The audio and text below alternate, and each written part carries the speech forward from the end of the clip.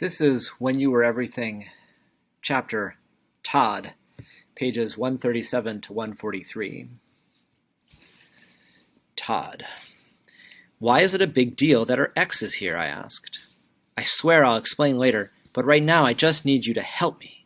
Okay, I said. But is it something juicy? I raised my eyebrows. Are you going to be gross and gossipy, or are you going to help? Layla asked, putting one hand on her hip. I laughed. I was just, help or not, Cleo? Help, God! Layla got bossy when there was impending disaster, so I started to get that the ex coming over was serious, even if I didn't understand why. Go watch the door, then, and make sure it's locked.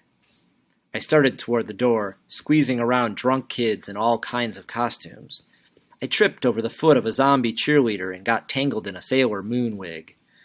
And a sexy vampire almost spilled her drink on me. When I finally made it to the door, I peered through the peephole, but the hallway was clear. I still had my own drink in my hand, so I took another big sip and turned around, looking back into the party. A great song came on, one of the few non-jazz age ones that I liked, and I started bouncing, loving the light, buzzy feeling that was filling my head. Was this easy slowness, this delightful heaviness, what drunk felt like? I drank a little more of my drink, thinking about the music and how my limbs felt like they were part of the song. And then my eyes popped open. Oh no, what if I was drunk? I put down the cup and turned back to the door. I looked out again, but still didn't see anyone. My head was all fuzzy. I felt like I was forgetting something. I texted Layla, I think I'm drunk. I'm not sure I'm the best person for the door job. Just as I hit send, the door I was supposed to be guarding burst open. The knob hit me hard in the small of my back. Ow! I said, and then, don't you knock? The boy standing in front of me was bleary-eyed and pretty. He had thick brown hair and bright green eyes rimmed in red, and he was almost as tall as my dad. He had a little bit of blonde stubble on his chin and cheeks, and I spent more time than I'd like to admit thinking about how I didn't understand white people's coloring. I didn't know a person could have brown hair and a blonde beard. Where's Sloan? The guy said, and I blinked a few times too many, like I was waking up. My mind cleared, and in a single, horrifying moment I realized that this was Sloan's ex, the boy I was supposed to be preventing from entering the apartment. Double oh no. I think you have the wrong apartment, I said. I tried to open the door and show him back out into the hall. I'm not an idiot, the guy said. He stepped around me so easily, it was like I wasn't even there. No. Oh, no. Everyone was still dancing. So I pushed back into the crush of bodies, hoping the guy would have as much trouble finding Sloan as I had making it to the door. I pulled out my phone.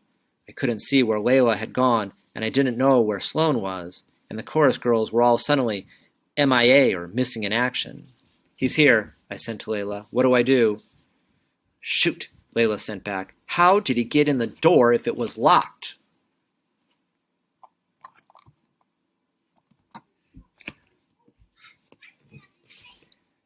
All right, where were we? Yikes! That was what I was forgetting. Triple oh no. It may not have been. Geez, Cleo, you had one job. I could see Sloan's ex making his way through the party much more efficiently than me. Where's Sloan? She's in the bedroom with me. Valeria's coming out to try and get rid of him. What does he even want? Sloan! The guy yelled then. I just want to talk to you. Sloan, where are you? Valeria came into the room and tried to quiet the guy down and usher him toward the door. Then Dom and Jace and Mason were there too. The party had gotten significantly quieter. Bro, Jace was saying, you don't want to do this. You know you can't be here, Valeria said softly, and I wondered what she meant by that. The guy pulled away from them all. Sloan! He shouted again. Girls backed out of his way, and after a while, so did most of the guys. "What are you doing here, Todd?" Sloane was standing near the back hallway, and I guess the other chorus girls had been trying to keep her in the bedroom until the situation was under control. But with Todd screaming, she couldn't be contained. Her normally rosy cheeks were bright pink, from the wine coolers she'd been sipping all night, or from the situation, I didn't know. "I just want to talk, babe. That's all. Let's just talk, okay?" Sloane looked around quickly, and maybe it was all of us staring at her, but something inside her seemed to snap. "Everyone needs to get out of here," she said. When no one moved, she got louder. "Did you losers hear me? Get out!" She was bordering on hysterical, and even though she sounded mad, there were tears in her eyes. Layla had her hand on Sloane's shoulder, and I could tell it was meant to be a comfort, but Sloane shrugged her off. Some people yelled, "Boo!" or "Worst party ever." Sloane disappeared into one of the bedrooms with Todd in tow. I went looking for my jacket and found it on the floor near the chair I'd thrown it on when we first arrived. Then went looking for Layla. She was in the kitchen stacking used cups to throw them away and waving goodbye to people as they left. "That was so crazy," I said. "But I guess we should go." "I'm going to stay here," Layla said. She didn't stop picking up empty cups or balling up napkins or dumping chips from bowls back into their bags. "You're staying?" I asked, like I hadn't heard her. Layla nodded. "But it seems under control, right?" "They went to go talk." Jace nudged me as he and Mason headed toward the door, and I reached up to hug him goodbye. Mason leaned forward and kissed Layla on the cheek. "Sloane's upset," Layla said to me as the guys left. Her mouth flopped open, but no sound came out. I waited as she took a deep breath and started again. "I doubt she's going to want to be alone once Todd is finally gone." "Of course she's upset, but why do you need to stay? Won't Valeria and Cadence and Melody and Sage be here?" I listed them off on my fingers. Sloane had plenty of friends, but Layla was my only person. Layla looked around at the emptying apartment. She took a deep breath and sighed before saying, "I just do, okay? Is it because I forgot to lock the door? Are you mad?" I felt my chin wobble a little bit. Yep, I was definitely drunk. "I told you, I think I'm kind of drunk." Layla grabbed my hand and pulled me into the bathroom. She closed and locked the door, slipped off her mask before she said anything. "Yes, okay? I'm angry that you forgot to lock the door, but that's not the only reason. Some bad stuff went down at Sloane's old school." "Bad? How?" I asked. Layla hopped up on the sink and I sat on the toilet. She pulled out her phone, which she sometimes did when she had a long story to tell. She hated her stuttering even more when she had a lot to say. Layla typed for a long while, texting me detailed secrets about Sloane and Todd and all that had happened at Sloane's old school, things I had to swear I wouldn't tell anyone, ever. Things Layla told me no one knew except her and Valeria.